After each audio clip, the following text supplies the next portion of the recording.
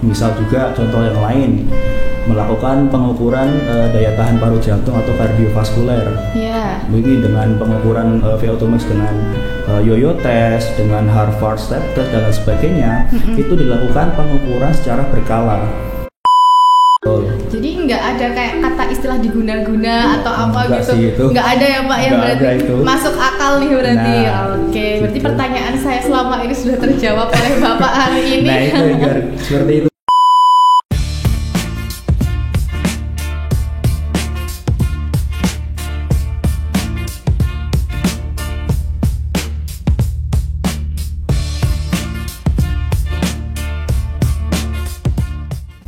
Halo Sobat Singepot, kali ini ketemu lagi sama aku Enggar Alif Pramesti sebagai host kali ini. Tapi sebelum itu aku mau tagline dulu nih, temukan perspektif baru bersama Singepot. Oke, kali ini aku kedatangan bintang tamu yang sangat keren, salah satu guru favorit siswa-siswi di SMA Negeri 1 Seigan. Kalian penasaran nggak? Kalau penasaran langsung aja kita ketemu undangan hari ini. Halo Bapak Danang. Halo Enggar. Bagaimana kabarnya Bapak hari ini? Alhamdulillah baik. Alhamdulillah. Oke Bapak. Jadi di episode 8 kali ini kita akan membahas tentang conditioning dan juga latihan fisik. Kan Bapak sebagai salah satu guru olahraga yang banyak digemari siswa-siswi di sini. Aduh. Jadi mungkin Bapak boleh sharing-sharing sedikit mungkin tentang pengalaman Bapak di sekolahnya Bapak dulu, atau mungkin tentang siswa-siswi di SMA 1 Seigan sebelum kita masuk ke materi hari ini. Baik, terima kasih Enggar. Memperkenalkan dulu ya. Iya. Nama saya Danang Rinaga Putra. Di sekolah ini biasa dipanggil Pak Danang. Di sini Pak Danang mengajar kelas 10 semuanya, dari kelas 10 E1 sampai 10 E9. Sedikit sharing, di luar sekolah Pak Danang adalah seorang pelatih olahraga juga. Kebetulan di Jogja Pak Danang dulu mengenalkan, kemudian melatih cabang olahraga rugby. Nah, barangkali Enggar juga masih asing ya dengan olahraga rugby ya. Iya. Nah, itu Pak Danang udah dulu awalnya cuma nyoba-nyoba dulu, pengen tahu latihan, kemudian jadi atlet. Setelah pensiun beralih jadi pelatih yang sudah berlangsung sekitar 10 tahun ini. Oh iya. Gitu. Oke, berarti Pak Danang ini udah ada banyak pengalaman di dunia olahraga, terutama rugby ya Pak ya. Sudah. Keren sekali. Oke, kalau tadi kita membahas ke tema nih Pak, conditioning. Kira-kira menurut Bapak apa sih itu conditioning di dunia kebugaran? Kan saya masih asing nih Pak sebagai salah satu siswi yang awam dengan dunia olahraga terutama. Oke, untuk olahraga sendiri sangat identik dengan aktivitas fisik, conditioning dan lain sebagainya. Nah, kalau kita mau melihat dari definisi sendiri, conditioning itu merupakan aktivitas pelatihan yang bertujuan untuk meningkatkan performa, kemudian juga meningkatkan kondisi tubuh, baik itu kekuatan, kemudian juga meningkatkan daya tahan tubuh dan lain sebagainya, yang sangat erat kaitannya dengan komponen-komponen di kebugaran jasmani. Seperti itu, gitu Enggar. Oh iya, berarti conditioning ini biasanya berhubungan dengan kebugaran jasmani ya Pak, nggak jauh-jauh dari situ. Betul. Oke, kalau dari conditioning sendiri kan itu banyak sekali komponennya. Betul. Untuk komponen utamanya mungkin apa aja Pak? Oke, kalau kita melihat dari komponen itu ada beberapa hal. Yang pertama ada komponen kekuatan atau strength. Ya. Nah, itu sangat berkaitan erat dengan kemampuan tubuh. Kalau kita lihat di sisi kekuatan, secara gampangnya misal ya, ketika ada seseorang yang mengangkat barang, itu terkait dengan kekuatan. Nah, kemudian kalau misal yang lain komponennya ada kelincahan. Ya. Untuk berpindah di satu tempat ke tempat lain dalam waktu yang cepat. Kemudian juga kecepatan. Kemudian ada juga fleksibilitas, kemampuan tubuh untuk melakukan aktivitas tertentu, misalnya cium lutut, itu tidak mengalami kesulitan, itu terkait dengan fleksibilitas. Kemudian ada juga daya tahan paru jantung. Jadi misal seorang olahragawan atau atlet ketika dia berlari dalam jarak tertentu tidak mengalami kelelahan yang berarti, nah itu terkait dengan daya tahan paru jantung. Kemudian ada juga daya ledak atau power. Jadi misal ada seorang pemain sepak bola nih contohnya, dia bisa menendang dengan kencang, kemudian jarak jauh itu terkait dengan power. Seperti itu, kurang lebih seperti itu. Oke Bapak, berarti conditioning sendiri itu bisa meningkatkan daya tahan tubuh dan juga kekuatan. Betul. Nah, kira-kira dari daya tahan tubuh dan juga kekuatan ini apakah bisa secara bersamaan hadir di conditioning ini Bapak? Oh bisa, tentu saja. Kalau misal kita bicara terkait dengan conditioning, akan sangat efektif, akan sangat baik apabila dilakukan secara bersamaan. Jadi misalnya nih, kalau kita bicara tentang daya tahan, itu sangat erat kaitannya dengan latihan-latihan kardio. Seperti misalnya apa? Lari, kemudian bersepeda, berenang. Nah, kemudian ketika latihan kekuatan, di situ secara gampang bisa dilakukan dengan latihan angkat beban. Kemudian aktivitas yang lain di gym, yang kalau di sekolah biasanya di pembelajaran Pak Danang memberikan materi kekuatan itu yang simpel-simpel seperti apa? Push up, kemudian sit up, dan lain sebagainya. Nah seperti itu. Jadi termasuk ke olahraga yang ringan ya Pak, yang tadi kayak sit up, push up, dan lain sebagainya. Oke Bapak. Ini kan conditioning masih awam banget nih Pak, dikenal oleh telinga orang-orang, apalagi orang-orang seperti saya. Nah, menurut Bapak, apakah conditioning ini aman untuk pemula? Yang mungkin kalau di sekolah ini kita ada KKO atau kelas khusus olahraga yang sudah dari awal dilatih terus-menerus untuk bisa meraih prestasinya di olahraga terutama. Lalu untuk seperti saya, apakah conditioning ini bisa aman untuk seorang pemula begitu? Baik, terkait dengan aman atau tidak, itu juga sangat berhubungan erat dengan bagaimana seseorang melakukan aktivitasnya. Jadi misal kayak gini, perbedaan ketika ada seorang pemula yang mau melakukan aktivitas olahraga, itu jangan langsung ingin terlihat wah, maksudnya apa? Ingin semaksimal mungkin, secapek mungkin. Tapi harus memperhatikan apa, intensitasnya jangan terlalu tinggi dulu. Kemudian bisa dilakukan misal dalam seminggu nih 2-3 kali aja, intensitasnya ringan. Nah seperti itu. Kalau misal kita membandingkan dengan atlet atau olahragawan, mereka sudah terbiasa beraktivitas fisik dalam intensitas tinggi. Jadi mereka bisa melakukan mungkin 4-5 kali dalam seminggu. Intensitasnya tinggi terus dan kondisinya juga aman-aman saja. Nah untuk pemula maka disarankan adalah intensitasnya tidak terlalu tinggi, volumenya tidak terlalu banyak, tapi efektif dilakukannya. Seperti itu. Oh begitu, berarti yang penting keefektifan itu sendiri ya Pak ya untuk seorang pemula dan pengen coba conditioning yang dilakukan oleh atlet-atlet begitu. Kalau tadi kan Bapak sempat menyangkutkan dengan atlet, kira-kira apa sih manfaat conditioning untuk atlet? Mungkin kan dari teman-teman KKO atau mungkin sobat Singepot yang lagi nonton sekarang KKO terus bingung apa sih manfaatnya conditioning? Kenapa terus dilakukan setiap minggu? Mungkin Pak Danang bisa menjawab itu di podcast kali ini. Baik. Kalau untuk atlet, kita bicara tentang secara keseluruhan ya. Jadi masing-masing atlet, masing-masing cabang olahraga itu memiliki kebutuhan yang berbeda-beda. Misalnya aja di atlet yang cabang sepak bola, itu sebagian besar aktivitasnya dia akan menggunakan tubuh bagian bawah di kaki untuk menendang. Sementara ketika tangan jarang digunakan kecuali kiper ya. Kalau kiper dia pegang dengan tangannya. Kemudian dibandingkan dengan atlet volley, di volley di bagian bawah dia berperan untuk loncat, kemudian juga di bagian tangan untuk melakukan smash, kemudian melakukan servis dan sebagainya. Nah itu terkait untuk conditioning, seorang pelatih itu dituntut untuk memahami karakteristik atletnya di masing-masing cabur, sehingga nanti ketika menyusun program latihan itu juga disesuaikan dengan kebutuhan atletnya. Jadi misal kalau di volley itu untuk latihan conditioningnya itu akan berupa untuk latihan kelincahan, kemudian kekuatan di otot tubuh bagian bawah, kemudian reaksi karena atlet volley dituntut untuk bergerak cepat, datangnya bola tidak beraturan. Nah itu sementara di atlet sepak bola biasanya latihannya banyak untuk kombinasi antara latihan kardio, kemudian latihan kelincahan, kecepatan, kekuatan, jadi dijadikan satu seperti itu. Jadi sesuai dengan kebutuhan cabang olahraga masing-masing.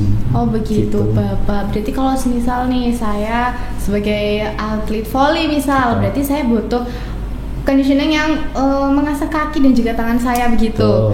Walah, jadi tiap cabur itu berbeda. Berbeda-beda. Begitu ternyata. Soalnya kan conditioning itu kan selalu dilakukan tiap Rabu ya Pak? Iya, kalau di sini ya. Nah, kalau di sini kan setiap Rabu pasti ada ngelihat teman-teman KKO lari di lapangan, di jogging track terutama keliling sekolahan. Itu kayak udah capek sekali gimana latihan mereka di cabur gitu. Betul. Oke. Mungkin saya boleh next ke pertanyaan selanjutnya Bapak? Boleh.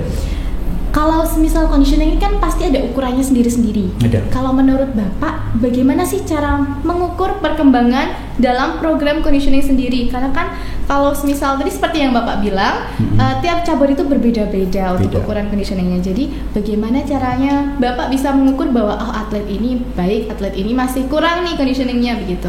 Oke.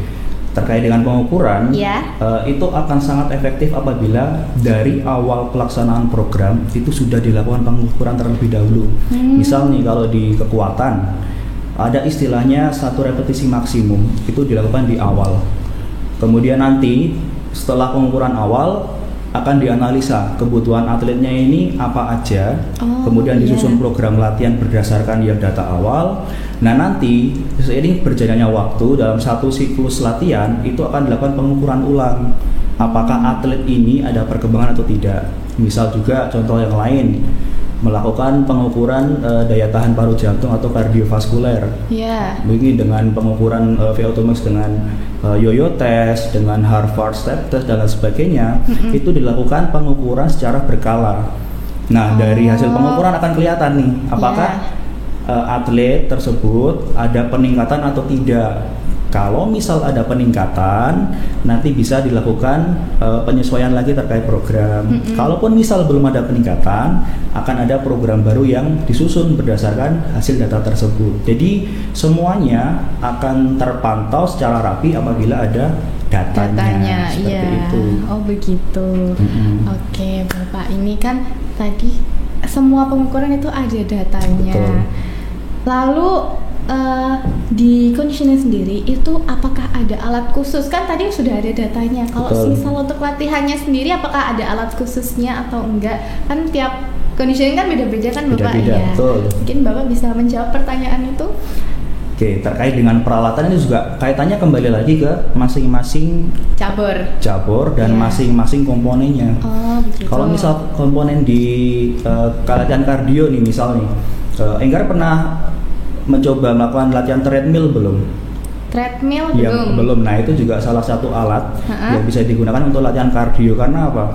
Di treadmill itu kita bisa menentukan sendiri kita mau intensitasnya rendah dengan jalan atau intensitas yang sedang ke tinggi dengan lari. Ada kecepatan sendiri-sendiri. Ada juga contoh lain, alatnya sepeda statis yang bersepeda tapi di satu tempat. Kemudian ada juga untuk yang lain, misal untuk latihan conditioning terkait kekuatan bisa menggunakan mesin seperti apa? Mesin bench press, kemudian untuk leg press, kemudian yang alat-alat simpel seperti dumbbell, barbell dan lain sebagainya itu juga merupakan alat yang bisa digunakan. Oke. Gitu. Berarti banyak sekali ya Pak alat yang bisa dipakai buat conditioning sendiri. Sama tadi kan kita bisa mengukur lewat alat tersebut. Oke. Kalau menurut Bapak sendiri, mungkin seberapa sering sih kita perlu melakukan conditioning terutama untuk seorang atlet gitu? Soalnya kan kalau di sini kan hanya tiap Rabu seminggu sekali ya Pak. Betul. Nah, kalau mungkin atlet tersebut perlu porsi yang lebih banyak bisa dilakukan berapa kali dalam seminggu? Oke. Terkait dengan jumlah atau berapa kalinya, itu juga akan menyesuaikan dengan program latihan yang dibuat oleh pelatih. Jadi misal kalau kita bicara tentang KKO di sini, para atlet berlatih 4 kali dalam seminggu di sekolah, kemudian di luar sekolah juga ada jadwal latihan sendiri. Nah untuk conditioning itu biasanya menyesuaikan dengan program latihan yang ada. Apakah atlet itu ketika satu sesi latihan dia hanya fokus untuk latihan teknik, atau mungkin di latihan yang lain dia untuk penambahan conditioningnya, atau mau digabung teknik dengan conditioning juga bisa. Tapi kalau untuk atlet yang sudah jenjangnya lumayan tinggi, itu bisa 4-5 kali dalam seminggu. Banyak seperti sekali. Itu. Nah itu makanya. pentingnya conditioning seperti itu. Oh alah, berarti itu bisa meningkatkan kekuatan fisik juga ya Pak pastinya. Itu bisa. banyak banget itu kalau saya kerjaan saya kan tiap hari rebahan nih Pak. Nah itu. Kira-kira berapa kali nih yang cocok untuk remaja-remaja yang butuh latihan fisik begitu Bapak? Oke, kalau untuk latihan fisik ada satu hasil penelitian dari Amerika terkait dengan kesehatan jantung ya. Jadi orang-orang normal itu dikatakan bukan butuh, tapi sepertinya harus untuk sekedar menjaga kebugaran jasmani aja. Itu disarankan atau diharuskan malahan aktivitas fisik, terutama aerobik, intensitas sedang selama minimal 150 menit dalam 1 minggu. Jadi dalam 7 hari itu 150 menit itu sebenarnya kan sebentar ya. Kalau kita 2 jam setengah ya. 2 jam setengah aja. Kita bisa bagi menjadi 3 kali atau sampai 5 kali seminggu. Nah itu misal ya dalam satu sesi yang 3 kali ya 50 menit. Jadi mungkin Senin, Rabu, Jumat, Senin 50 menit, Rabu 50, Jumat 50 atau mungkin 5 kali seminggu masing-masing 30 menit. Itu cukup untuk sekadar menjaga kebugaran. Nah seperti itu. Oh begitu. Berarti kalau semisal remaja-remaja seperti saya yang saat ini biasa dibilang remaja jompo, tanda kutip, begitu kira-kira membutuhkan 150 menit tadi dalam seminggu ya Bapak, menurut penelitian. Oke. Kalau kayak gitu, kira-kira kita harus mulai dari mana Bapak? Atau mungkin kayak misal kita harus mulai dari, kan banyak sekarang tren Joanna kayak lari, atau mungkin bisa aja sepedaan. Kita harus mulai dari mana dulu? Oke, kalau mau memilih olahraganya, itu karena saking banyaknya pilihan, itu bisa dimulai dari yang mau dicoba dulu. Paling gampang, paling simpel lari. Karena apa? Lari itu nggak butuh banyak peralatan. Jadi kebanyakan sekarang itu malah ya mungkin trennya kan kalau misal lari harus pakai sepatu yang bermerek, yang ini itu dengan berbagai macam kualifikasi ini itu. Tapi secara gampangnya lari itu bahkan untuk nggak pakai sepatu kan juga bisa toh. Nah itu makanya yang paling gampang ya melakukan yang dipengini, yang diminati, kemudian dicoba dulu. Nah persoalan selama ini ketika ada orang-orang yang mau mencoba untuk rutin olahraga, itu biasanya mereka di awal semangat, tapi mencoba beberapa kali udah hilang semangatnya. Nah itu juga satu hal yang perlu diperhatikan. Karena apa? Olahraga ini terutama untuk kebugaran yang harusnya tuh dilakukan rutin tidak bisa terjadi karena apa? Banyak yang putus asa dulu. Maksudnya apa? Di awal pengennya punya target ini itu, tapi ketika mau berproses ke sana semangatnya udah kendor. Iya, udah redup. Nah, itu dulu. Nah, itu salah satu hal yang tidak mudah adalah menjaga motivasi itu juga. Nah, itu. Iya sih. Soalnya saya juga ngalamin sendiri, Bapak. Nah, itu gitu ya. Sesuai dengan pengalaman awal-awal nih masih semangat-semangat buat ikut, tiba-tiba akhir-akhir udah kayak aduh capek, enak di rumah aja, ngadem. Kan di luar panas gitu kan, Pak. Tapi sepertinya akhir-akhir ini saya sering lihat teman-teman saya buat lari ke Pemda. Bapak tahu Pemda Sleman? Ya itu kan akhir-akhir ini rame ya Pak. Betul. Nah itu mungkin karena banyak temennya jadi motivasinya ada lagi. Mungkin begitu mungkin ya Kak. Bisa. Oke, selanjutnya saya mau izin tanya Bapak. Untuk program ataupun gimana cara kita bisa nyusun program yang efektif untuk conditioning itu? Kira-kira dari Bapak sendiri programnya ini gimana sih cara nyusunnya biar bisa efektif untuk atlet ataupun mungkin untuk yang mau Bapak bugarkan lagi dengan conditioning gitu? Oke, terkait program latihan kita harus menyesuaikan dulu yang pertama tujuannya buat apa. Apakah untuk peningkatan kardiovaskuler, VO2 max, peningkatan kekuatan, kelincahan dan sebagainya. Nah, selain itu juga yang perlu diperhatikan adalah kondisi dari tubuh, baik itu yang non olahraga ataupun yang atlet. Harus dilihat dulu ketika mau menyusun program latihan apakah dia dalam kondisi yang baik, bugar atau tidak. Jangan sampai ketika kita menjalankan program dari yang disusun, misal atletnya lagi sakit, nggak enak badan, kemudian kondisi ngedrop, kita paksa dengan program yang kita buat, itu juga nggak akan jadi efektif. Meskipun programnya baik, tapi kondisi atletnya tidak baik, hasilnya belum tentu baik. Nah itu kemudian selain itu yang perlu diperhatikan adalah waktunya. Jadi jangan sampai kita memaksa atlet olahragawan untuk melakukan program kita yang terlalu lama. Bahkan kalau zaman dulu masih sering ditemui ada pelatih yang menyusun program latihan itu sampai atletnya muntah-muntah. Jadi ketika menyusun program kok atletnya sampai muntah, itu barangkali ada kepuasan tersendiri, wah programku bagus banget nih, padahal belum tentu seperti itu. Iya, belum seperti itu. Nah kalau itu yang atlet ya, nah itu ya. Kalau yang non atlet, yang bukan atlet, programnya pertama yang jelas saya sampaikan tadi, paling nggak seminggu 2-3 kali itu dulu aja di awal. Jangan terlalu mendorong untuk ingin terlalu maksimal, sehingga malah nanti jatuhnya bukan dapat bugar, tapi malah tubuhnya capek. Ngedrop. Nah seperti itu. Oh iya. Untuk yang tadi yang atlet, maksudnya pelatih bisa sampai membuat atletnya sendiri sakit. Itu saya pernah lihat di beberapa konten kan Bapak. Itu kayak atletnya udah kelihatan capek sekali, udah kelihatan sangat lelah begitu. Apakah itu efisien dari pelatihnya sendiri membuat program conditioningnya sendiri, atau malah tidak efisien digunakan? Oke. Kalau seperti itu, kita yang namanya menyusun program latihan itu juga harus menyesuaikan kondisi di lapangan. Jadi kayak gini, misal ya, kita menyusun program latihan untuk satu sesi selama 2 jam, 1,5 sampai 2 jam. Tapi kita intensitasnya terlalu tinggi. Kita ngeliat kondisi atlet sudah tidak kuat ataupun terlalu berat, sebenarnya kita tuh bisa sedikit menurunkan intensitasnya agar apa?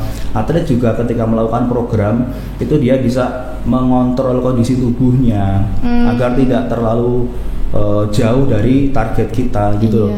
Nah kalau misal contoh waktu kemarin belum lama ini ada atlet yang karena dipaksa untuk melakukan program latihan ketika berpuasa, programnya terlalu berat, itu malah berakibat fatal.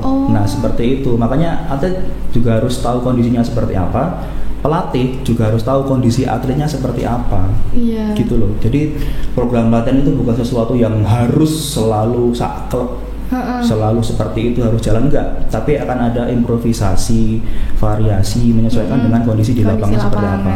Iya, berarti kata-kata memes akhir-akhir ini yang atlet bukan nabi boy, itu juga cocok ya Bapak. Betul. Oke, kalau misal di latihan sendiri kita juga pasti butuh makan dong Bapak.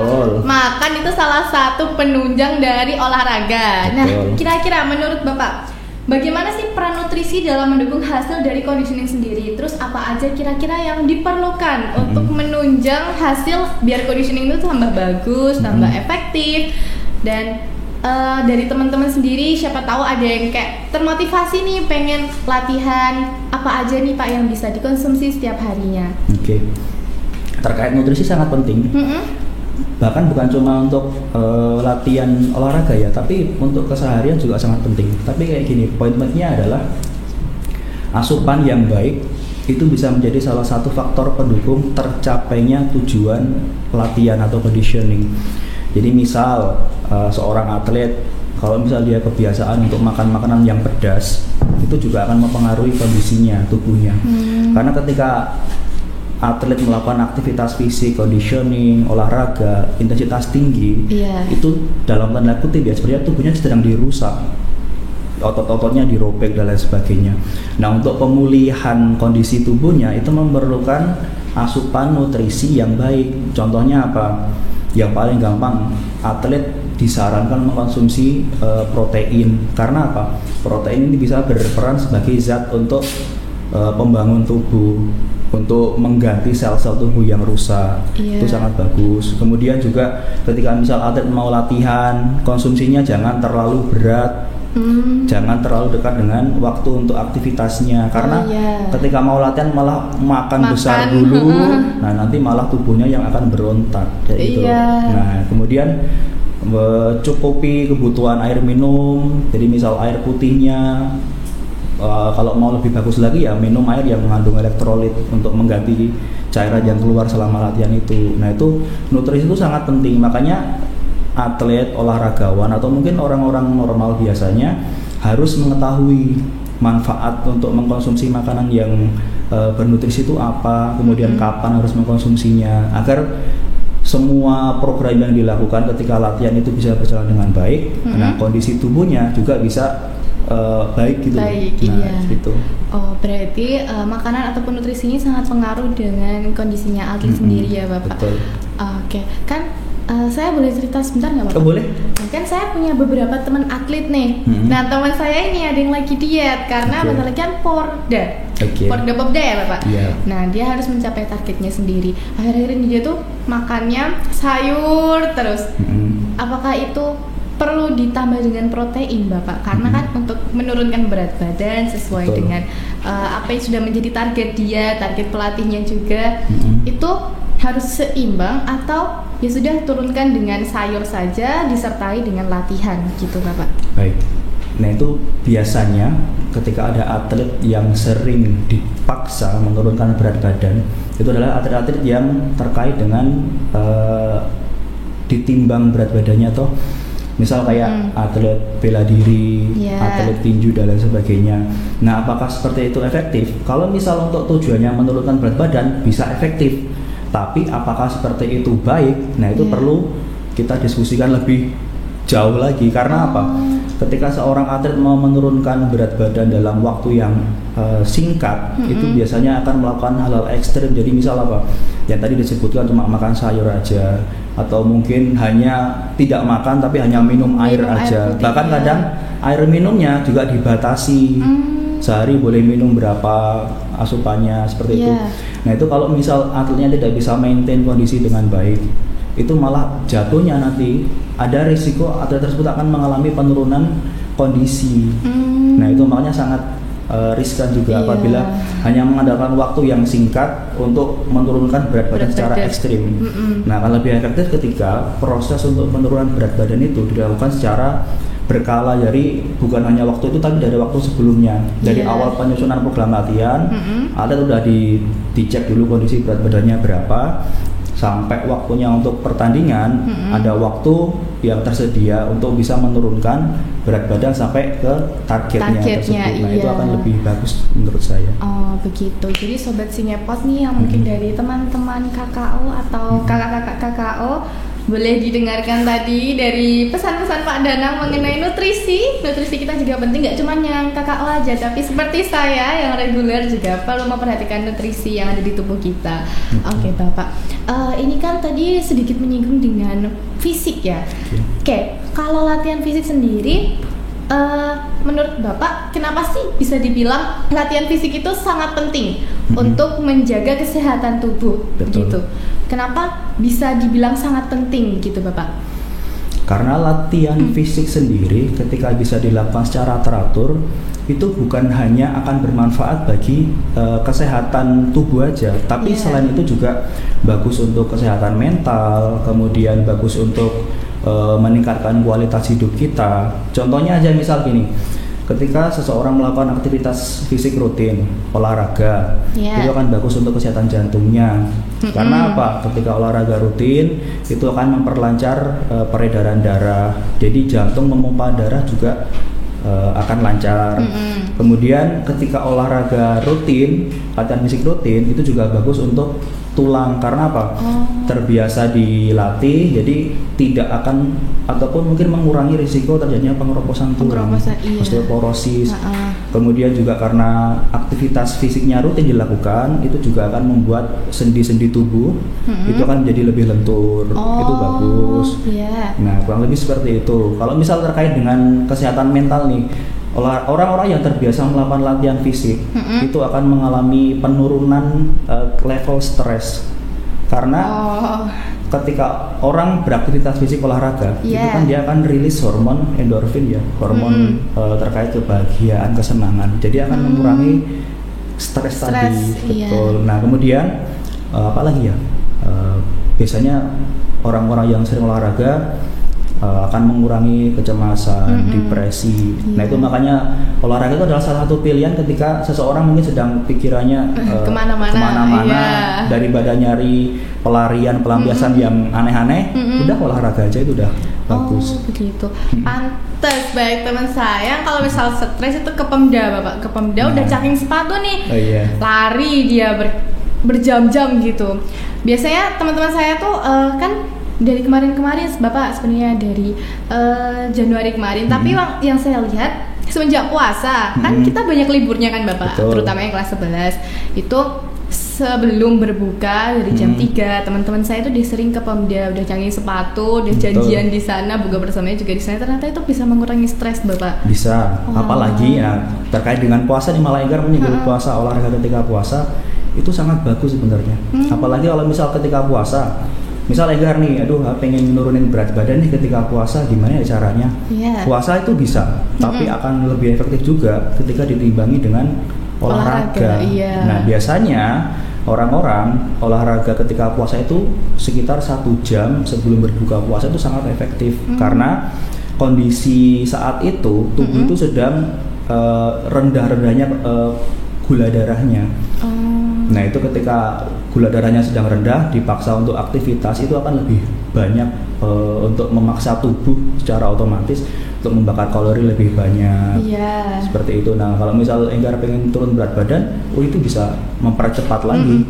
Jadi jalan pintas begitu ya Pak, daripada mengkonsumsi pil-pil nggak jelas gitu. Jangan itu. Mending yang nyata-nyata aja.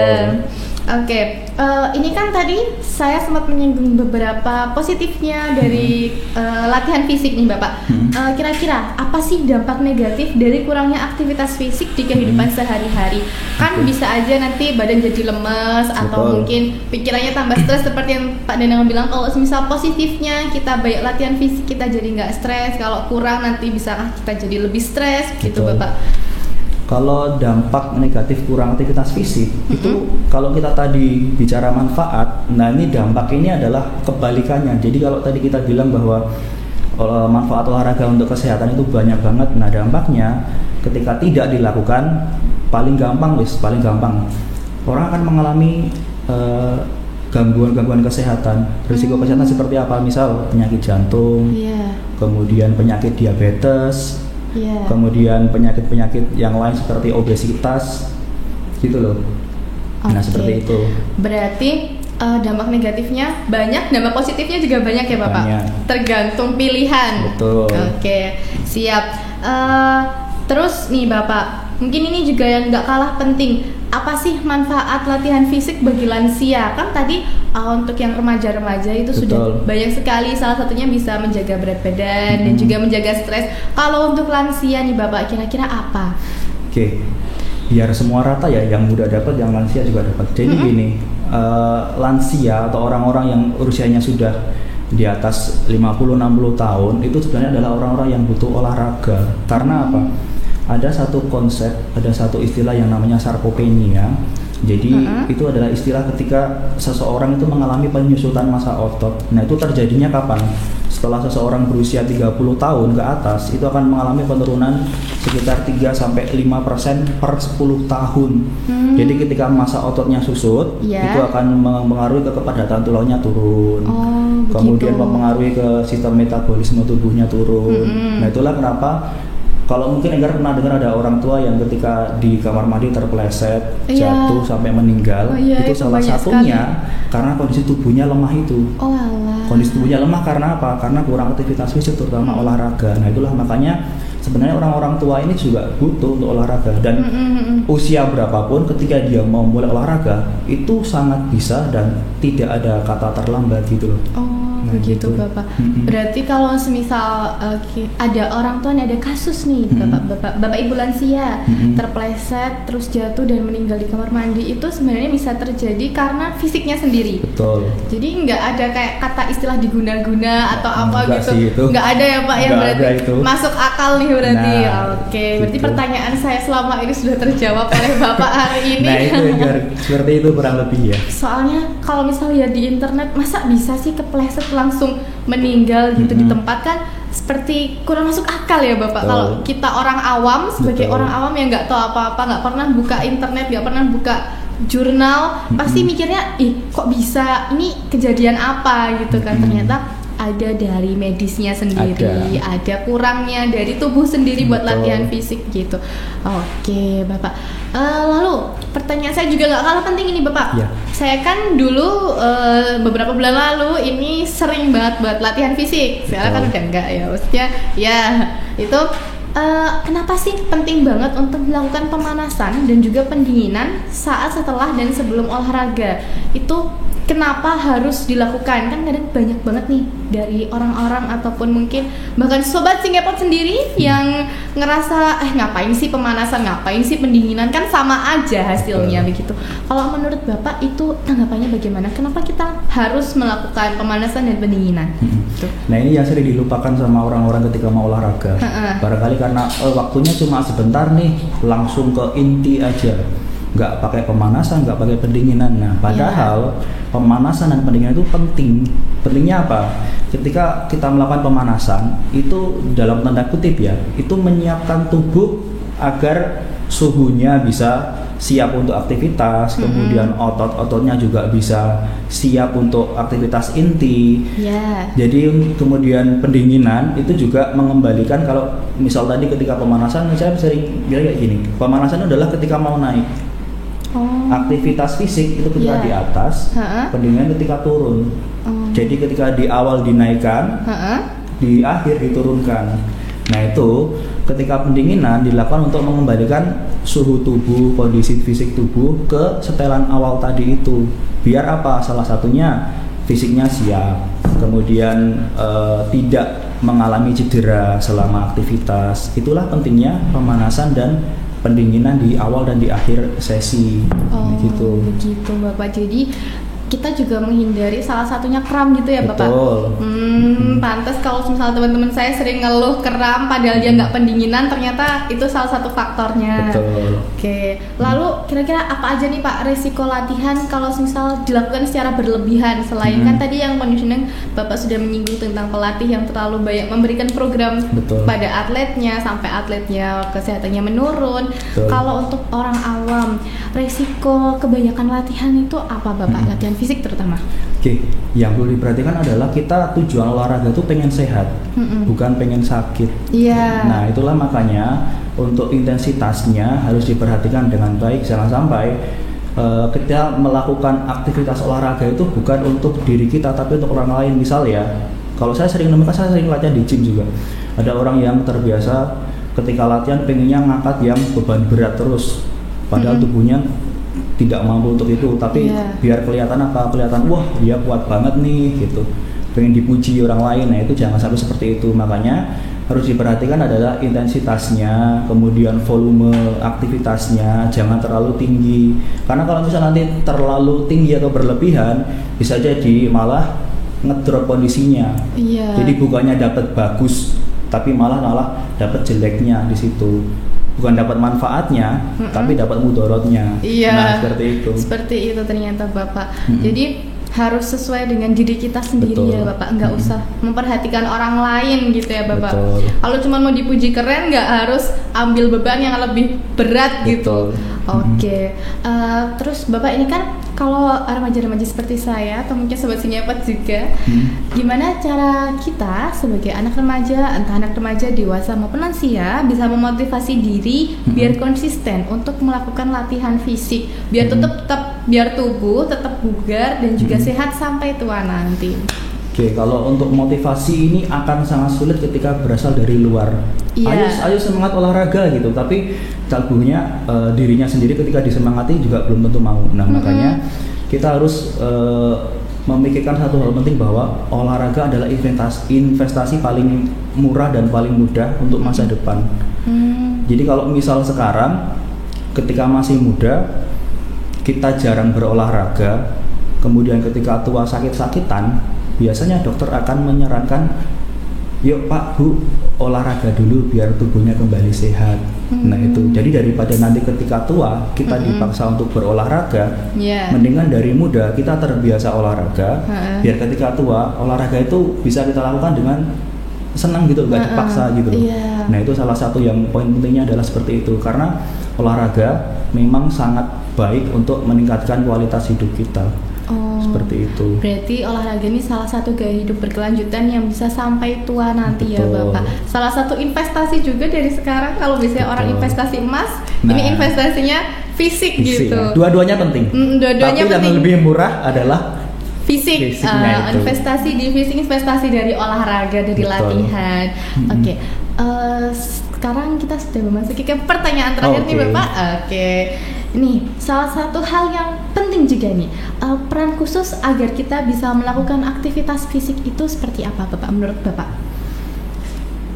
Kalau kita melakukan aktivitas fisik terkait yang apa dulu nih?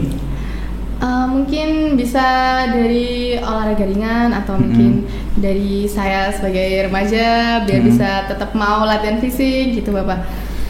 Ya itu kalau terkait dengan itu ya kembali lagi ke masing-masing orang ya. Kalau misalnya kita mau mulai peran untuk aktivitas fisiknya ya menyesuaikan dengan tujuan kita mau melakukan itu apa sih sebenarnya, kembali ke sendiri-sendiri juga. Oke. Ya, itu. Baik. Karena sesi pertanyaan sudah selesai, mungkin Bapak mau memberikan motivasi untuk Sobat Sinyepot yang lagi nonton kita kali ini di episode 8. Silakan Bapak. Ada satu pesan dari saya terakhir untuk para pemirsa, para penonton, pendengar Sinyepot.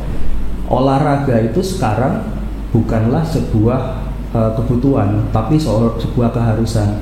Dan olahraga itu harusnya tidak dilakukan menunggu kita punya waktu sempat, tapi olahraga itu harus disempatkan seperti itu. Bisa kasih tepuk tangan dulu untuk Pak Danang kali ini. Oke. Salah satu motivasi untuk kita rajin berolahraga tentunya dari Pak Danang ke Sobat Sinyepot yang sedang menonton podcast hari ini. Baik Bapak, karena kita sudah mengakhiri sesi podcast episode 8 kali ini, boleh kita tutup dengan tagline terlebih dahulu? Boleh. Kita mulai nih Bapak. Oke. Tuh, temukan perspektif baru bersama Sinyepot. Terima kasih teman-teman yang sudah nonton di episode 8 kali ini. Terima kasih Pak Danang sudah hadir di studio Sinyepot, Segan Nge-Podcast. Oke, mungkin kalau boleh saya tutup, saya akan mengakhiri podcast kali ini. Dari saya sekian, terima kasih. Selamat tinggal teman-teman. Selamat bertemu di episode selanjutnya. Bye-bye.